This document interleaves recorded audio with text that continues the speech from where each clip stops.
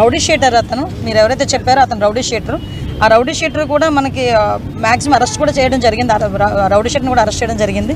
మీరు అబ్జర్వ్ చేయాలంటే ఇటువంటి ఫర్దర్గా ఇప్పుడు జరగకుండా చేయడానికి యాక్చువల్గా సీసీ కెమెరాస్ అన్ని ఏర్పాటు చేయాలి అని చెప్పి ఇక్కడే కాదండి, మేమైతే ఓవరాల్గా స్టేట్ మొత్తం మీద 1,00,000 సీసీ కెమెరాలు ఏర్పాటు చేయాలని ఒక కృత నిశ్చయంతో ఉన్నాము. టార్గెట్ కూడా పెట్టుకున్నాం.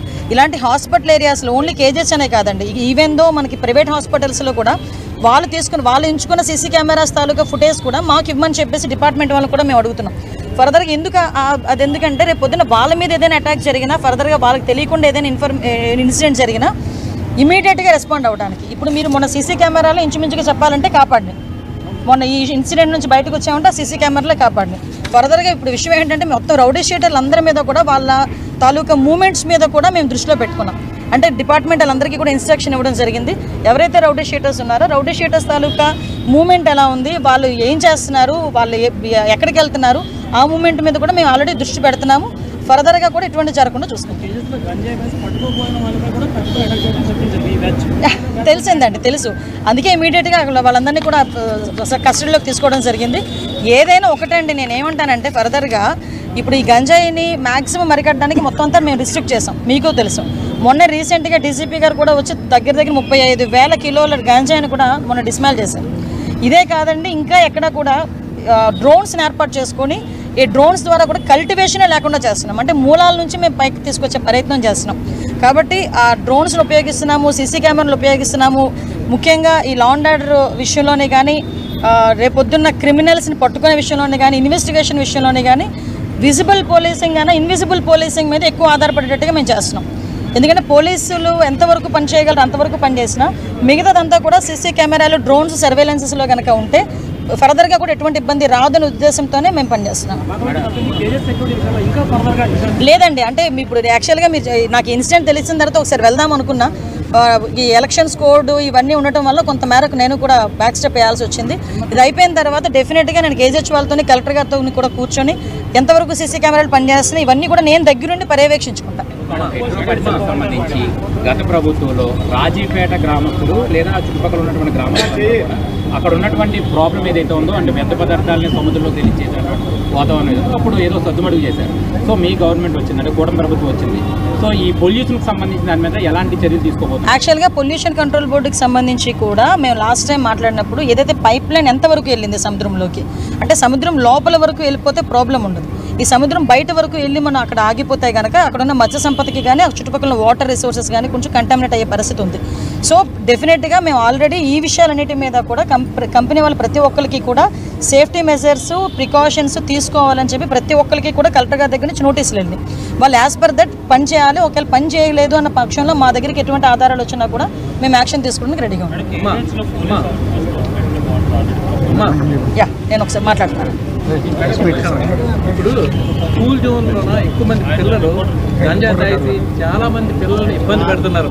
రెండవది ఏంటంటే పోలీస్ పర్యవేక్షణ అక్కడ తక్కువగా ఉందమ్మా స్కూల్ జోన్లో.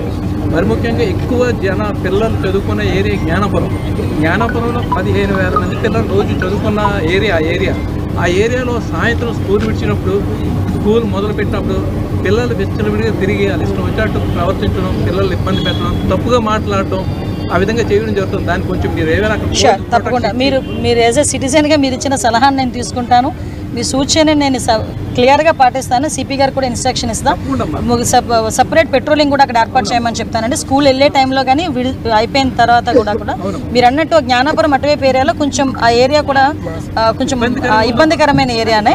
డెఫినెట్గా అక్కడ ఆడపిల్లలకి కానీ అక్కడ పిల్లలకి కానీ ఎటువంటి ఇబ్బంది లేకుండా చూసుకుంటాం. ముఖ్యంగా స్కూల్లోని గంజా ఆ విషయం ఒక్కొక్కసారి చెప్పాలంటేనే కూడా చాలా బాధ అనిపించే పరిస్థితి. మేము చాలా సందర్భాల్లో చెప్పాం స్కూల్స్ వరకు వెళ్ళిపోయింది గాంజా అన్నదని.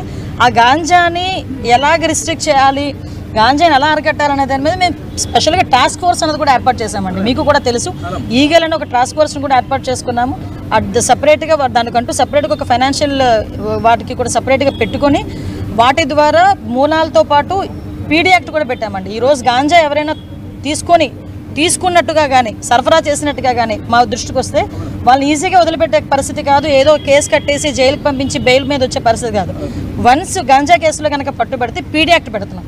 అది ఎవరైనా ఓకే. మీకు ఇంకో విషయం, నేషనల్ క్రైమ్ రిపోర్ట్స్, నేషనల్ ఈ నార్కోటిక్ సెల్ ప్రకారం కూడా మనం చూసుకుంటే ఫర్దర్గా పాస్పోర్ట్లు కూడా సీజ్ అయిపోయే పరిస్థితి ఉందండి. వాళ్ళకి తెలియట్లేదు. ఇప్పుడు చాలామంది గాంజా సరఫరా ఏదో డబ్బుల గురించి చేస్తున్నారు, కానీ గాంజా సరఫరా చేస్తే వాళ్ళ తాలూకా పాస్పోర్ట్లు కూడా సీజ్ అయిపోతాయి దొరికితే అన్న సంగతి కూడా చాలామంది తెలియక విద్యార్థులు వాళ్ళ భవిష్యత్తు పాడు చేసుకుంటున్నారు. కాబట్టి వీటన్నిటి మీద కూడా పబ్లిక్గా మీరు కూడా సిటిజన్స్గా మేము అందరం కలిపి ఒక అవేర్నెస్ క్యాంప్స్ కూడా క్రియేట్ చేద్దాము. డెఫినెట్గా కూడా మంచి రిజల్ట్ వస్తుంది. Thank you. సెంట్రల్ జైలుకి సందర్శించారు. ఇక్కడ చాలామంది గిరిజన యువత గంజాయి ఒక ఎస్టీ కమిషన్ వాళ్ళంతా డీటెయిల్స్ తీసుకుని ప్రభుత్వంతో మాట్లాడి ఏమైనా వాళ్ళకి సహకారం అందించడానికి ఏమైనా వాళ్ళు మా ఆల్రెడీ గంజా కేసుల్లో వచ్చారండి వాళ్ళు. వాళ్ళకి బెయిల్స్ రావడానికి కూడా చెప్పాను కదా, గాంజా కేసు అంటేనే బెయిల్స్ కూడా రావు. సో చాలామంది ఎస్టీ యువకులు ఇంచుమించు మీరు అన్నట్టు మన విశాఖపట్నం సెంట్రల్ జైల్లో ఉన్న వాళ్ళలో 50% ఎన్డీపీసీ కేసెస్ వాళ్ళు. సో వాళ్ళందరినీ కూడా పరిస్థితి ఎలా అయిపోయిందంటే వాళ్ళందరినీ బయటికి పంపిస్తే వాళ్ళు ఎలా చేస్తారు, అలాగని బయటికి పంపించేదానికి బెయిల్స్ కూడా వాళ్ళకి రావాలి. బట్ బెయిల్స్ వచ్చే పరిస్థితులు కూడా కనిపించట్లే. బెయిల్ వచ్చిన తర్వాత కూడా వాళ్ళు మంచి ప్రవర్తనతో ఉంటే ప్రభుత్వం ఏదైనా సహాయ సహకారాలు అందిస్తుంది. మళ్ళీ తిరిగి వాటి మీద కొంచెం అధ్యయనం జరుగుతుందండి. మేము కూడా ఒకసారి దాని మీద కూడా కొంచెం ఎంక్వైరీ వేసుకుంటున్నాము. దాని ప్రకారంగా చేస్తాం.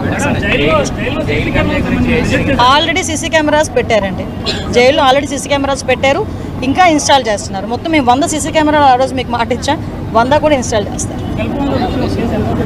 కేసు ఎంక్వైరీ అవుతుంది. కొన్ని మీరు నన్ను అడగకూడదు, నేను చెప్పకూడదు పబ్లిక్. నేను రాత్రి సుమారుగా 7:30 గంటల సమయంలో నక్కపల్లి హెడ్రో కంపెనీ పరిధిలోని ఒక గ్యాస్ లీక్ అవ్వటం అనేది జరిగింది. గ్యాస్ లీక్ అయిన కారణంగా సుమారుగా ఒక 12 మంది అస్వస్థతకి గురవడం సంగతి మీ అందరికీ కూడా తెలుసు.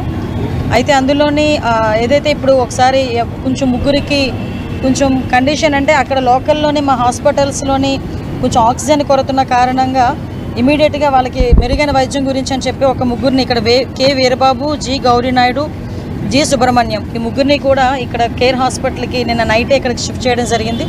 ఇప్పుడే ఒకసారి లోపలికి వెళ్ళి వాళ్ళ ముగ్గురిని కూడా పరామర్శించి అక్కడున్న పల్మనాలజిస్ట్ అదేవిధంగా అక్కడున్న డాక్టర్స్ అందరితో కూడా మాట్లాడడం జరిగింది. యాజ్ ఆఫ్ నౌ వాళ్ళ కండిషన్ అయితే స్టేబుల్గా ఉంది. అయినప్పటికీ కూడా కెమికల్ని వాళ్ళు అది బ్రీత్ అయింది కాబట్టి వాళ్ళు శ్వాసకోశ సంబంధమైన వ్యాధులు రాకుండా ఒక 48 అవర్స్ వాళ్ళని అబ్జర్వేషన్లో ఉంచి ఫర్దర్గా ఎటువంటి ఇబ్బంది లేకుండా వాళ్ళని చూసుకోవాల్సిన బాధ్యత కూడా తీసుకోమని చెప్పాము. అక్కడ వాళ్ళని అడిగిన తర్వాత వాళ్ళ లోపల ఉన్న వాళ్ళ పేషెంట్స్ని కూడా అడగడం జరిగింది. ఏం జరిగిందని అడిగిన తర్వాత వాళ్ళు ఏదైతే క్యాంటీన్కి వెళ్తున్నారో క్యాంటీన్కి వెళ్ళేటప్పుడు ఈ వేపర్స్ అనేవి రావటం, వేపర్స్ ఎక్కడ లీక్ అయిందని చెప్పి గమనించడం, ఇమీడియట్గా అక్కడ వెంటనే రెస్పాండ్ అయ్యి ఈ సోడియం హైపోక్లోరైడ్ అక్కడ లీక్ అవ్వడం వల్ల ఇలా జరిగిందని చెప్పేసి ప్రైమరీ ఇన్వెస్టిగేషన్లో ఒక హెట్రో కంపెనీ వాళ్ళు కానీ అదేవిధంగా అక్కడ లోపల ఉన్న పేషెంట్స్ కానీ చెప్పడం జరిగింది. దీని మీద ఇంకొంచెం కూలంకషంగా కూడా దర్యాప్తు చేయడానికి కూడా మేము రెడీగా ఉన్నాము. దానికి కంపెనీ వాళ్ళ దగ్గర నుంచి కూడా మేము సహాయ సహకారాలు కోరుకుంటున్నాం.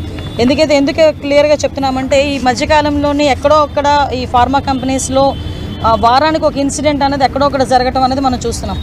మ్యాక్సిమం యాక్చువల్గా కలెక్టర్ గారు నేను కలిపి రీసెంట్గానే ఒక మీటింగ్ కూడా కండక్ట్ చేసి వాళ్ళకి ఈ సేఫ్టీ పర్పస్లో కానీ పొల్యూషన్ పర్పస్లో కానీ సెక్యూరిటీ పర్పస్లో కూడా వాళ్ళందరికీ కూడా ఒకసారి మాట్లాడదాం అనుకునే లోపు ఎలక్షన్ కోడ్ రావడం జరిగింది. యాక్చువల్గా 4th మీటింగ్ పెట్టుకున్నాం మేము. ఎలక్షన్ కోడ్ వల్ల మేము అది వాయిదా వేసుకున్నాము. మంత్ ఎండ్కి కూడా అది మళ్ళీ మీటింగ్